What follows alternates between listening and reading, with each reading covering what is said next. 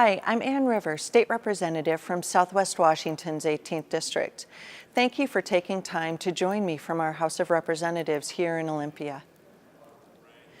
We're now in the fourth week of the 2012 legislative session and unfortunately have not seen solutions move forward on the budget, state government reform, or our economy. Instead, we've seen the majority party focus on issues such as redefining marriage, creating a new state bank, banning plastic bags, and abolishing the death penalty. I've heard from many constituents who are frustrated by the pace and focus of Olympia, and I share these concerns. The bottom line is that the legislature should be focusing on the state budget and the economy. There's just no excuse for delays. In my last update, I talked about jobs, how we must grow our economy to stimulate job creation. If we can strengthen our economy, improve consumer confidence, and grow jobs, we'll also increase our state's tax collections. And this revenue helps us pay for critical state services and programs. This brings me to the next priority I'd like to discuss with you today: passing a sustainable state budget without raising taxes. The equation for a sustainable budget includes prioritizing state spending and reforming state government. When it comes to deciding how your tax dollars are spent, the top priority is K-12 education. As a former educator, I can tell you the greatest common denominator for success and quality of life is education.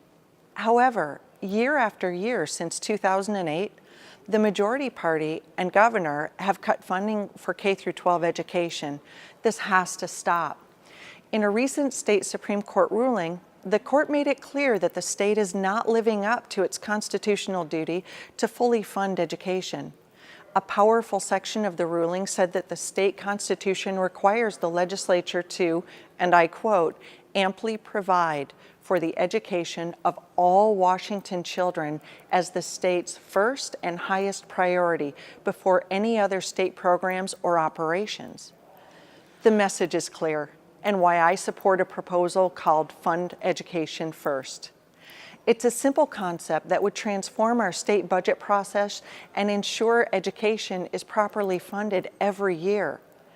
House Bill 2533, which has bipartisan support, would require the legislation to approve a separate budget to fund our schools before other areas of the state government. Our state currently has separate budgets for capital construction projects and transportation. If we have separate budgets for our buildings and roads, then why not for our schools?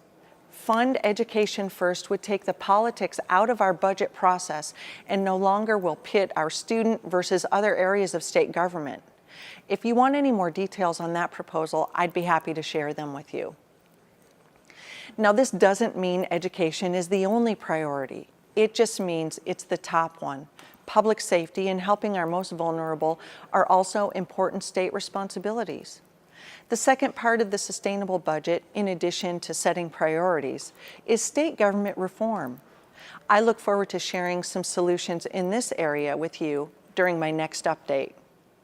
In the meantime, I encourage you to send me letters and emails, and feel free to call me if you ever have ideas on how to improve our communities and state. I work for you here in the House of Representatives, and I need to hear from those who I represent. In closing, I just want to say that it continues to be an honor to serve the communities of the 18th District. Thank you so much for the opportunity. I'm State Representative Ann Rivers, and we'll talk again soon.